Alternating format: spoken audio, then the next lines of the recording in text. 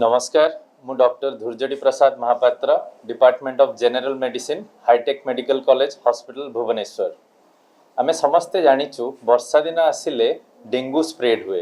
प्रथम मु कहि दिए डेंगू गोटे मशा जड़ित रोग जहाँकि एडिस मशा कामुड़ीबार होइथाय। एडिस मशा आमर ग्रोथ हुए स्टैग्नेंट वाटर रे।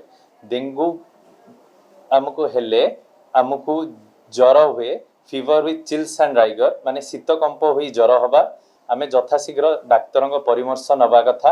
आमे डेंगू टेस्ट करवा कथा आउ सतर्क हवा कथा।